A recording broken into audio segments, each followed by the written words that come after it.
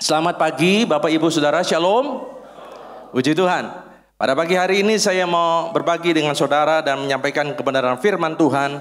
Judulnya adalah melangkah maju, menatap hari esok.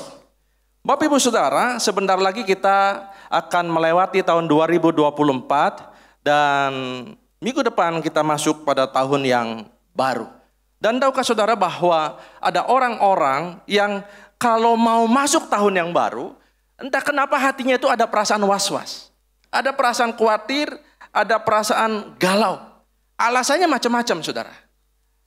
Saya pernah mendapatkan kesaksian dan cerita dari seorang pendeta, seorang hamba Tuhan yang melayani, mengembalakan di satu gereja.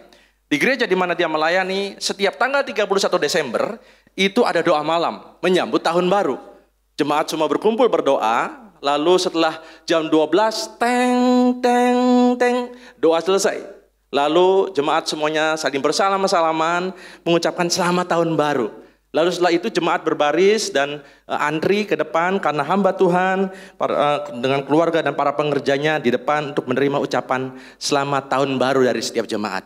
Lalu ada seorang ibu tua, seorang encim yang menyampaikan sesuatu kepada pendetanya, kepada gembalanya, kepada orang yang menceritakan ini, bahwa encim ini cerita bahwa Om Pendeta doakan encim ya, encim kan sekarang udah ditinggal sama encek, jadi suaminya meninggal saudara, dan doakan supaya encim selalu sehat, diberkati, dipelihara oleh Tuhan. Lalu pendeta itu bilang, iya pasti encim, nggak usah khawatir, encek bisa meninggal, tapi Tuhan tidak pernah meninggalkan encim. Ya, tetap setia sama Tuhan, berdoa, Tuhan pasti pelihara encim. Aduh, amin, kata encim. Makasih. Ya, sama-sama. Tahun depannya, tanggal 31 Desember, berdoa juga. Lalu setelah berdoa, encim itu juga bilang kepada pendetanya, Om Pendeta, doakan encim ya. Encim sekarang kan cuma sendiri di rumah.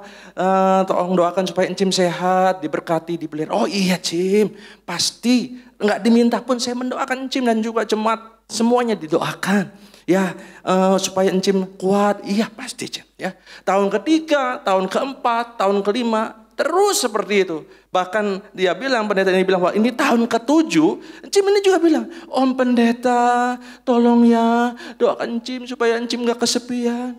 Sampai akhirnya pendeta ini bilang, Cim, begini, saya ingat saya kayaknya udah 7 tahun ya, ini mau masuk tahun yang ke-8.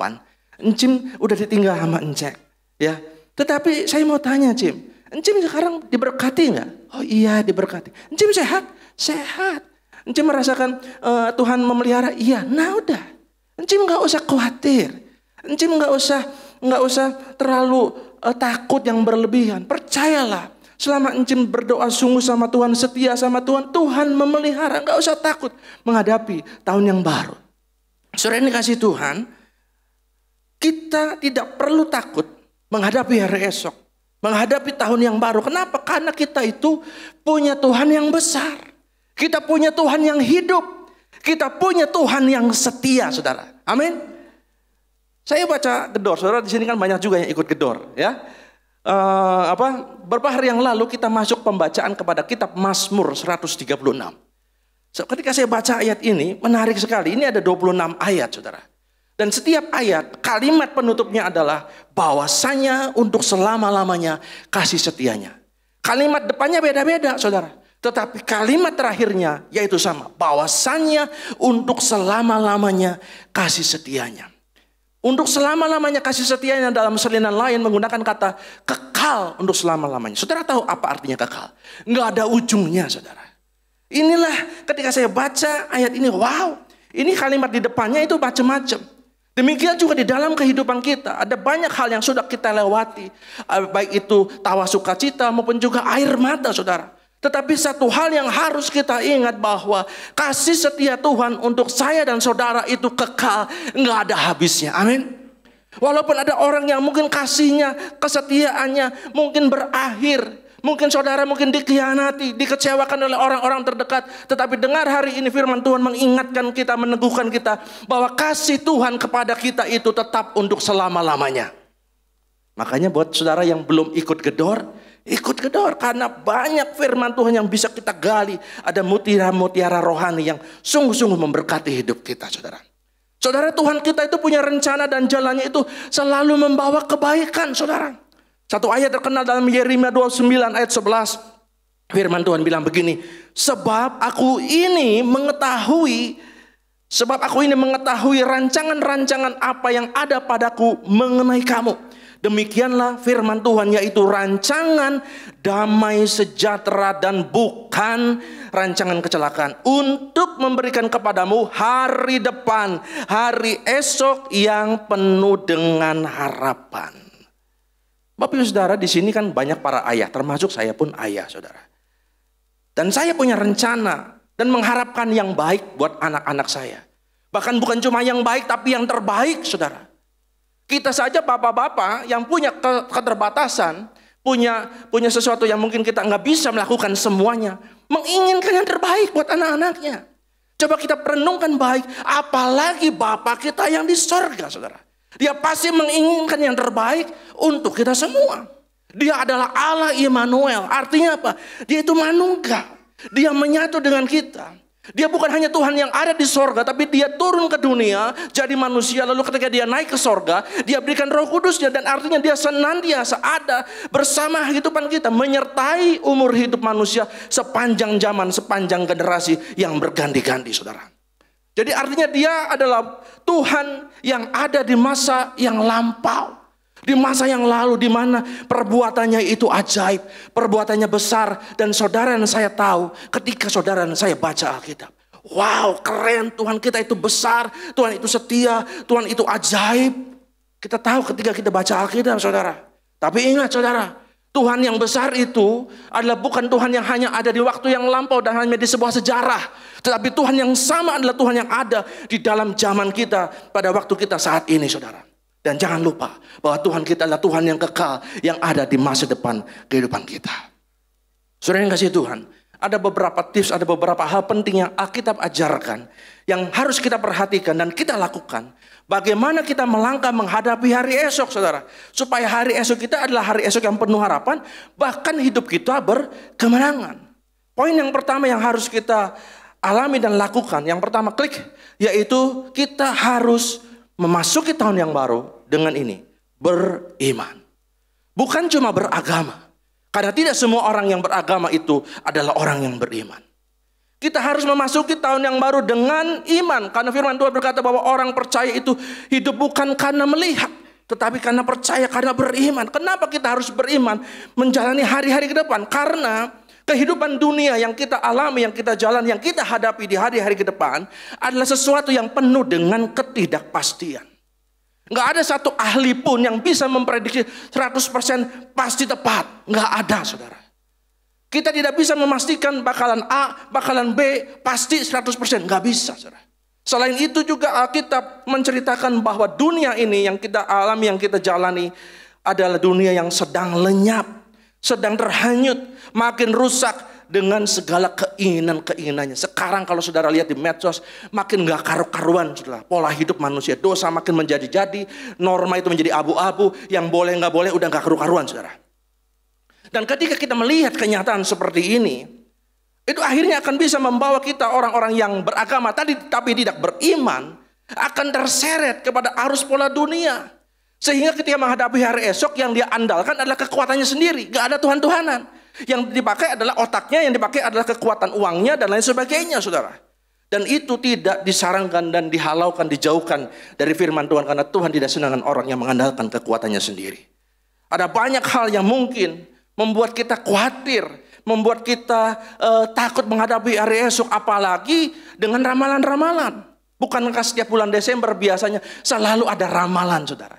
Dan umumnya adalah ramalan-ramalan itu, kalau saudara ikuti, coba mundur ke belakang. Dari tahun kemarin, tahunnya sebelumnya, ramalannya itu selalu ramalan yang banyak yang jelek-jelek. Dan cara menghadapi itu semua hanya dengan iman kita. 1 Yohanes 5 ayat 4, firman Tuhan menulis seperti ini. Sebab semua yang lahir dari Allah mengalahkan dunia. Dan inilah kemenangan yang mengalahkan dunia. Apa itu? Iman? Iman kita. Saudara, beberapa hari yang lalu kita baru saja merayakan hari Natal, dan dari sekian banyak pesan penting, ada satu pesan yang disampaikan langsung oleh staf khusus sorga, yaitu malaikat. Kalimat pertamanya adalah jangan takut. Saudara, kita semua manusia, ya. Di sini kita semua masih manusia, masih menginjak bumi, Saudara. Dan yang namanya manusia mungkin saja bisa saja yang namanya kekhawatiran, yang namanya ketakutan itu menyerang kita. Tapi Tuhan tidak menginginkan itu bersarang di hati dan pikiran kita, saudara. Belajar dari seorang yang namanya Daud. Daud itu pahlawan perang, saudara. Daud itu ahli perang, dia nggak ada takutnya sama musuhnya, saudara. Bahkan bukan cuma manusia, singa juga dia lawan, saudara. Alkitab tulis beruang aja ngelihat tinjunya Daud itu bisa ciut nyalinya, saudara. Dia ngobrol sama Saul. Yang namanya singa, yang namanya beruang, udah biasa saya kalahkan. Goliat, dia nggak ada takut-takutnya sama sekali dihadapi sama Daud. Tapi biar bagaimanapun sehebat-hebatnya Daud, dia tetap manusia. Dan dia pernah mengalami yang namanya rasa takut. Kalau saudara lihat tulisan-tulisannya, dia juga pernah mengalami rasa takut, saudara. Dan Mazmur 56 ayat 4. Ini rahasia Daud. Ketika dia pernah mengalami rasa takut, bisa adanya namanya khawatir. Tapi waktu aku takut, aku ini percaya kepadamu. Kalau saudara lihat keadaan, saudara lihat masalah, tagihan, biaya hidup yang mungkin besar, mungkin saudara akan takut, saudara. Tapi kalau saudara lihat Tuhan, Tuhan itu maha besar, lebih besar daripada segala permasalahan kehidupan kita. Maka ketakutan kita sirna, saudara. Beberapa waktu yang lalu, mungkin sampai hari ini di media sosial, di handphone kita, masih suka ada yang namanya megatrust. Apa itu megatrust? Klik. Megatrust adalah gempa yang sangat besar. Klik. Gempa yang sangat besar, saudara. Jadi gempa ini mengakibatkan tsunami, ya bukan cuma di daerah lokal, tapi juga bisa sampai menyebar ke daerah yang lain. Dan ini bukan gempa yang skala ecek-ecek, saudara. Dan ini katanya ilmiah. Ada penelitian satu waktu bisa terjadi, saudara. Dan Indonesia katanya salah satu yang dilewati garis itu, saudara. Kalau menghadapi kenyataan seperti ini, lalu kita gimana? Mau sama-sama pindah ke planet Mars semua gitu? Kan enggak juga, saudara. Yang benar adalah itu huruf H, the trust itu, ya, H-nya dicoret menjadi trust. Trust itu artinya percaya. Perbesar kepercayaan kita sama Tuhan. Ini yang menjadi satu-satunya andalan kita. Kepada siapa lagi kita memohon pertolongan selain kepada Tuhan? Karena hanya daripada Tuhanlah datang pertolongan. Aku melayangkan mataku ke gunung-gunung, tetapi aku tahu datangnya pertolongan adalah daripada Tuhan. Keluaran 14 ayat 15 sampai 16 menceritakan pada satu waktu Tuhan menyuruh Musa memimpin bangsa Israel keluar dari perbudakan Mesir.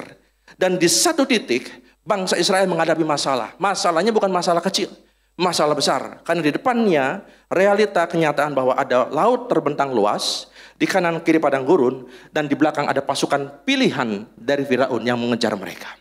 Mereka ngomel, mereka kecewa, mereka ngedumel sama Musa. Musa, apa enggak ada kuburan yang lebih baik di tanah Mesir? Kok kita semuanya pada mau mati di sini semua? Sampai akhirnya Tuhan bilang sama Musa, Musa, kenapa engkau berseru-seru kepadaku? Katakanlah kepada orang Israel itu, berangkat, angkat tongkatmu, angkat tanganmu ke atas, dan belahlah airnya. Lalu orang Israel berjalan di tengah-tengah laut itu di tempat yang kering, saudara.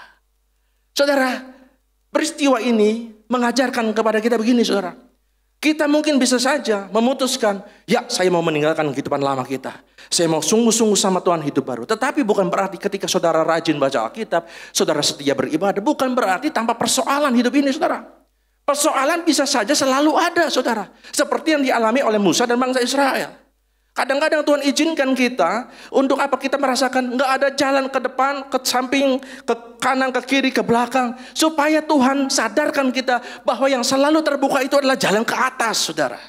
Dan ketika kita menghadapi persoalan, mari kita belajar supaya kita menyamakan frekuensi kita, cara pandang kita menghadapi persoalan, seperti cara pandang Tuhan melihat persoalan yang kita hadapi. Karena kalau kita melihat persoalan yang kita hadapi, kita bakalannya kecewa, bakalnya putus asa, mau bunuh diri, mau cerai dan lain sebagainya. Karena rasanya nggak ada jalan keluar, saudara. Tetapi kalau saudara dan saya melihat persoalan, kita coba frekuensi kita, cara pandang kita disamakan dengan cara pandang Tuhan, maka apa? Kesempatan bagi Tuhan ketika melihat ada kesempitan di dalam perjalanan hidup kita. Kesempitan bagi kita adalah kesempatan bagi Tuhan untuk menyatakan kemuliaannya, saudara. Berapa bulan yang lalu, bulan Oktober maksud saya, istri saya sakit. 4 hari sakit, lalu akhirnya terpaksa dibawa ke rumah sakit di IGD. Di IGD lalu menurut dokter jaga, ini sepertinya ibu ada batu ginjal. Yuk dicek yuk, dites. Akhirnya hasil USG dan juga hasil CT scan menunjukkan bahwa dokternya datang dan menunjukkan, Bu, ini saya mau kasih informasi hasil dari CT scan bahwa ada batu ginjal. Nah ini posisinya, sambil dia tunjukkan fotonya. Nah ini foto. Nah nanti jam 6 sore siap-siap kita akan lakukan tindakan di laser. Ya sudah, akhirnya kita bersiap dan sorenya karena posisi suhu tubuh istri saya masih kurang bagus, masih tinggi. Ternyata setelah masuk ruang operasi sama dokter anestesi ditolak. Ini nggak bisa, kondisi masih demam begini, lakukan tindakan nggak bisa. Akhirnya ditunda besoknya.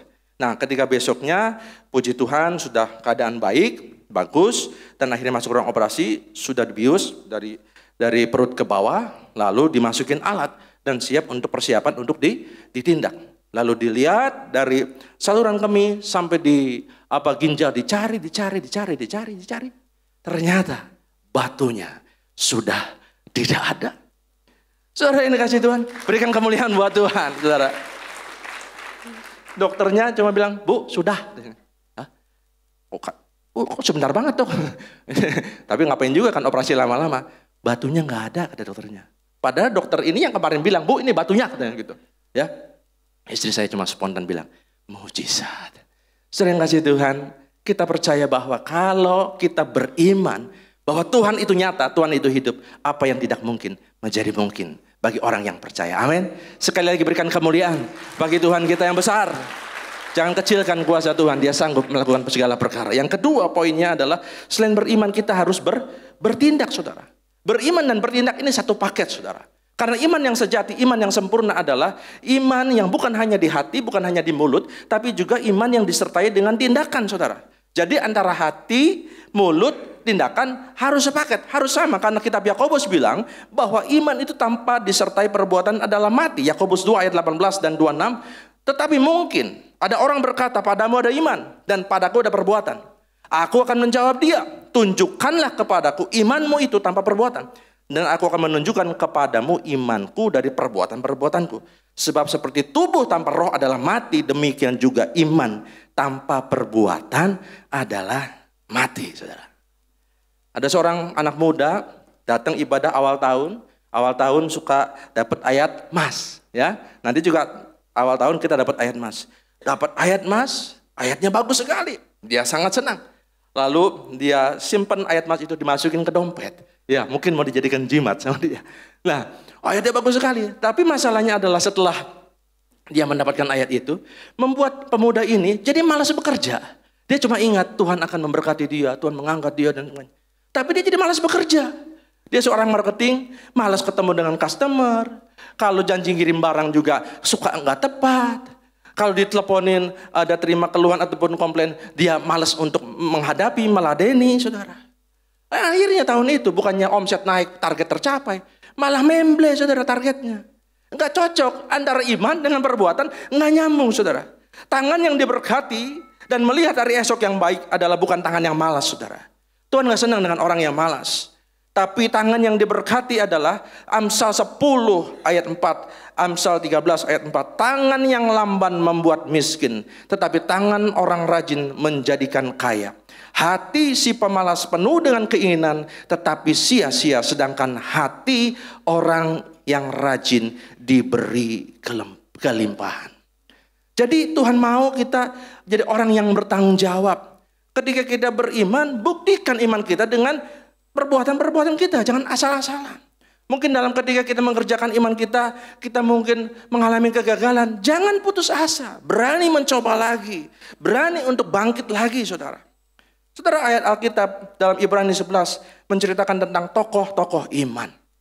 Dan ada contoh dalam Ibrani 11 ayat 7 dan 8 tentang Nuh dan Abraham, saudara. Kalau saudara baca ayat ini, menceritakan bahwa Nuh adalah orang yang beriman, percaya sama perkataan Tuhan, dan dia membuktikan imannya kepada Tuhan dengan cara apa? Dia nurut, dia melakukan apa yang Tuhan suruh. Tuhan suruh pada waktu itu untuk membuat bahtera, ya. Dan Tuhan bilang bahwa manusia akan dibinasakan dengan air bah. Dia mungkin juga kagak ngerti, belum pernah lihat air bah itu kayak apa. Tapi Nuh hatinya sungguh-sungguh percaya. Dan Alkitab menulis, Nuh benar-benar melakukan perintah Tuhan tepat seperti yang Tuhan bilang. Aturan-aturannya, titik komanya seperti yang Tuhan bilang. Ketika kamu buatnya kayunya dari kayu ini, ukurannya segini, panjang, lebar, tinggi segini. Nah, lalu pintunya di sini, tingkatnya begini-begini. Nanti yang masuk sini. Benar-benar dilakukan oleh seorang Nuh, saudara. Pertanyaannya adalah apa?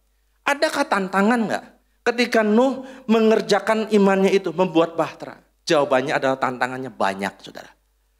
Bisa saja dia mengalami yang namanya ejekan-ejekan. Karena kita menceritakan bahwa orang-orang pada zaman itu jahat semuanya. Nggak kenal Tuhan semuanya, hidupnya nggak karu-karuan, karepnya sendiri, saudara. Jadi ketika mereka melihat keluarga Nuh ketrak-ketruk tiap hari ngurusin kayu seperti itu. Ini keluarga ini ada apa sih? Ngobrol, kamu harus bertobat. Teman-teman, kamu harus bertobat. Nggak ada yang percaya. Bahkan mungkin Nuh dianggap orang begini, saudara. Nggak ada kerjaan nih keluarga ini. Si bapak Nuh ini nggak ada kerjaan. Ada banyak mungkin ejekan-ejekan yang dialami oleh Nuh. Dan juga tantangan berikutnya adalah tentang kejenuhan, saudara. Karena proses untuk membuat bahtera tersebut membutuhkan waktu yang tidak sebentar, panjang. Memang Alkitab tidak menulis secara jelas berapa tahun, saudara. Tetapi menurut peneliti Alkitab bahwa ini puluhan tahun, bahkan ada memperkirakan sampai 100 tahun, saudara. Belajar dari kisah kehidupan dan teladan Nuh bahwa apa? Kadang-kadang ya kita diuji sama Tuhan, kesabaran kita, saudara. Tuhan mau lihat betul nggak kita sungguh-sungguh percaya. Apakah kita tetap tekun nggak kita berdoa? Apakah tetap tekun nggak kita setia beribadah? Apakah tetap tekun nggak kita memberi? Atau tetap tekun nggak kita mau melakukan setiap firman Tuhan? Kadang-kadang, saudara, tantangannya ketika kita sudah tekun, lalu misalnya doa kita belum terjawab, saudara. Kadang-kadang mungkin ada yang intimidasi dari iblis. Ngapain kamu berdoa? Ngapain kamu ibadah? Sehingga orang bener wae. Ngapain kamu melayani? Kayak kurang kerjaan. Ada macam-macam yang mungkin baik itu intimidasi iblis ataupun ada orang-orang yang ngomong sama kita, nyinyir sama kita, saudara. Tapi saya mau sampaikan kepada kita, kalau kita punya iman yang teguh, yang tekun seperti Nuh, keluarga ini melihat hari esok, saudara. Abraham, contoh yang lain, dia harus keluar dari zona nyaman. Dia melangkah meninggalkan tanah kelahirannya bukan karena di situ dia hidup susah, tapi karena dia taat sama Tuhan, saudara. Dia menuju ke satu tempat yang belum jelas ujungnya, saudara. Jadi kalau dia memutuskan untuk pergi membawa keluarganya, dia Abraham ini sambil di depan itu nggak jelas, itu tanahnya belum tahu percis. Ini antara yang namanya nekat, namanya iman, ini beda-beda tipis, saudara. Dan saya percaya Alkitab tidak salah menulis bahwa Abraham disebutnya bapak orang beriman, bukan bapak orang nekat, saudara. Sering kasih tahu, mungkin kalau misalnya zaman sekarang ya, kita mau datang ke satu tempat yang kita belum tahu, kita bisa searching di Google, saudara. Mau tahu tempat ini bagus apa enggak, kata orang sih bagus. Supaya kita nggak kecewa kan, udah datang ke sana, ternyata nggak sesuai dengan harapan kita. Tetapi Abraham pada waktu belum tahu, tetapi Abraham betul-betul menyimpan perkataan Tuhan dalam hatinya.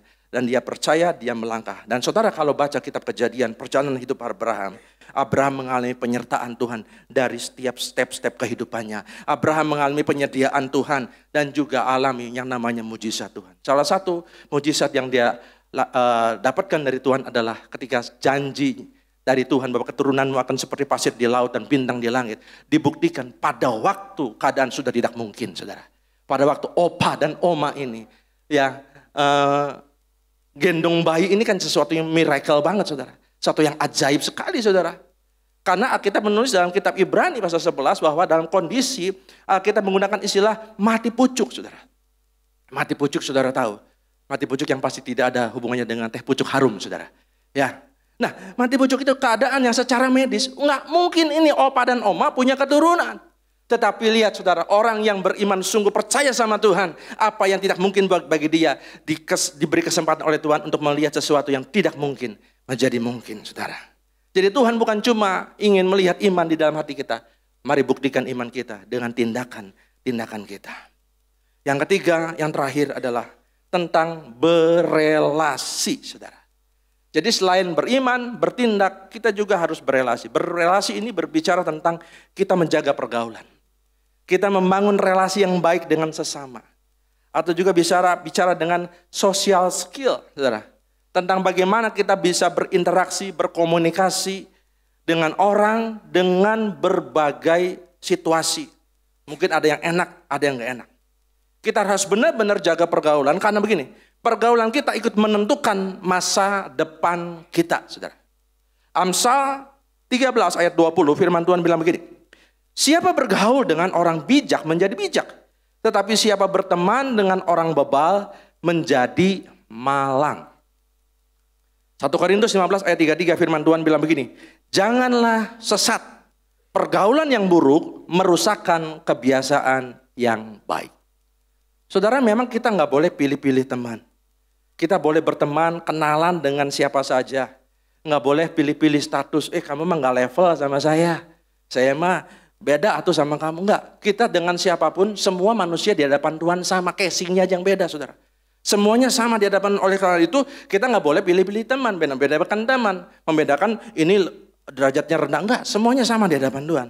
Yang bisa membedakan itu kita aja, saudara. Tapi untuk yang namanya bergaul, untuk yang namanya akrab, sering ketemu, nongkrong bareng, jadi circle kita. Nah, ini yang perlu selektif, saudara.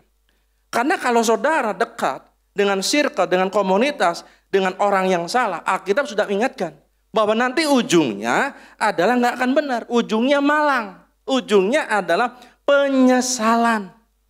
Kalaupun saudara punya kebiasaan-kebiasaan baik, saudara, Kitab Korintus bilang hati-hati, kebiasaan baik itu bisa hilang sama sekali loh, bisa rusak gara-gara kamu salah bergaul, sesat kita, saudara. Maksudnya nggak sesuai dengan sasaran Tuhan, saudara. Ada pepatah begini, bilang begini, kalau kamu dekat dengan 4 orang sukses dan 4 orang rajin, besok bisa jadi kamu jadi orang yang kelima. Tapi kalau kamu kumpul dengan 4 orang pemalas, kumpul dengan 4 orang pemabuk, besok bisa jadi kamu jadi orang yang kelima, saudara. Saudara, saya ingat pada waktu saya beres selesai sekolah SMA, lalu saya melanjutkan kuliah, macam-macam kan, ada yang melanjutkan ke Bandung, ada yang ke Jogja, ada yang ke Malang, Jakarta, dan saya kebetulan ke Bandung. Dan saya ada kenal dengan satu teman yang sama-sama dari satu kota yang sama sebelumnya, lalu kita sama-sama kuliah di Bandung. Lalu karena kita kampusnya berbeda, jadi jarang ketemu. Lalu satu waktu di jalan saya ketemu dengan teman saya ini. 4 bulan lah kurang lebih saya nggak ketemu sama dia. Ketika saya ketemu sama dia, dia nyapa saya, waduh, saya lihat, saya hampir nggak percaya, ini teman saya ini udah cukup berbeda dari cara ngomongnya, dari cara bahasanya, saudara. Maaf bicara, itu yang namanya bahasa binatang, kebun binatang, itu keluar semua. Mulai dari cecek, kecoa, kalajengking, semua keluar, saudara. Ya, saya bilang dalam waktu 4 bulan, orang ini sudah berubah sama sekali. Dari cara bahasanya. Saya mungkin pikir bahwa orang ini ngumpulnya ya dengan orang-orang yang terbiasa mengungkapkan ucapan-ucapan seperti itu. Mazmur 1 ayat 1, satu firman Tuhan yang menjelaskan kepada kita bahwa kita hati-hati dalam bergaul. Karena kalau kita bergaul dengan orang yang fasik, pertama-tama kita berjalan dengan mereka. Ya sepintas lalulah berjalan, ngobrolnya sambil lalu. Tapi lama-kelamaan ketika kita mulai ada klik, ada satu kecocokan, lalu kita bukan cuma berjalan, tapi berdiri. Artinya kita punya satu pandangan, saling pandang, lalu kita memberikan waktu dan perhatian yang lebih khusus. Tetapi kalau misalnya dilanjutkan, maka bukan cuma berjalan berdiri, kita duduk bareng, saudara, nongkrong bareng, dan akhirnya kita menjadi satu frekuensi dengan dia, saudara. Alkitab mengajarkan bahwa kita itu harus dengan baik membangun relasi yang positif. Contoh yang paling mudah dan bagus sekali untuk kita adalah jemaat modern itu adalah ketika kita melihat jemaat mula-mula, saudara.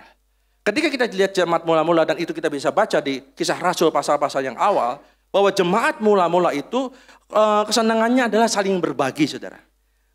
Jemaat mula-mula itu tidak egois. Jemaat mula-mula itu spiritnya adalah saling memberi semangat, saling mendorong satu sama lain untuk melakukan hal yang baik. Bahkan ada satu hal yang nggak ketinggalan, yaitu mereka gemar melakukan berbagai kebaikan. Bukan karena pengen dilihat atau dinilai, dicap sama orang, kamu orang baik, bukan. Tapi karena memang seyogyanya seharusnya orang Kristen adalah orang yang meniru gaya Yesus. Orang yang meneladani sifat-sifat dan apa yang Yesus kerjakan. Dan kalau saudara baca dalam Kisah Rasul bahwa diceritakan bahwa kemanapun Yesus pergi, Yesus selalu mengerjakan pekerjaan baik. Makanya nggak heran ketika Alkitab menulis bahwa semua orang senang sama murid-murid Yesus pada waktu itu. Saudara yang dikasihi Tuhan, tipsnya mungkin salah satunya adalah seperti yang Rasul Paulus nasihati kepada jemaat di Galatia, dalam Galatia 6 ayat 9 dan 10. Firman Tuhan bilang begini, janganlah kita jemu-jemu berbuat baik. Jadi saudara, orang seharusnya ketika dia sungguh-sungguh dalam Tuhan adalah orang yang ketika dia ada di satu tempat, dimanapun berada, atmosfernya itu selalu membawa kebaikan. Membawa pengaruh positif, jadi berkat untuk lingkungan dimanapun dia berada. Di rumah, ya. Jadi jangan sampai begini, di rumah nggak karu-karuan, di gereja, waduh hebatnya minta ampun saudara. Tapi dimanapun juga kita berada, spiritnya adalah untuk selalu melakukan kebaikan. Ada sesuatu atmosfer yang positif yang keluar dari orang tersebut. Lalu firman Tuhan katakan, karena apabila sudah datang waktunya, kita akan menuai jika kita tidak menjadi lemah. Saya melihat di sini bahwa hukum tabur tuai adalah sesuatu yang memang hukumnya Tuhan. Bahwa apa begini, ketika Tuhan Yesus pernah bilang, berbahagialah orang yang berbahagialah orang yang murah hatinya, karena dia akan beroleh kemurahan. Jadi kalau saudara, dimanapun saudara berada, tidak menjadi orang yang egois, orang yang peka kepada lingkungan, orang yang selalu spiritnya adalah ingin jadi berkat, saya percaya, maka lingkungan pun, dimanapun kita berada, respeknya baik sama kita saudara. Karena apa yang kita tabur, itu yang akan kita tuai saudara. Jadi saudara, kekristenan bukan hanya fokus membangun hubungan relasi kita dengan Tuhan. Doa, baca Alkitab itu bagus sekali. Tetapi salib kan ada garis ke atas, ada garis mendatar. Jadi hubungan dengan sesama pun harus dibangun, dipikirkan, ditata dengan baik saudara. Contohnya misalnya kita jangan bicara sembarangan.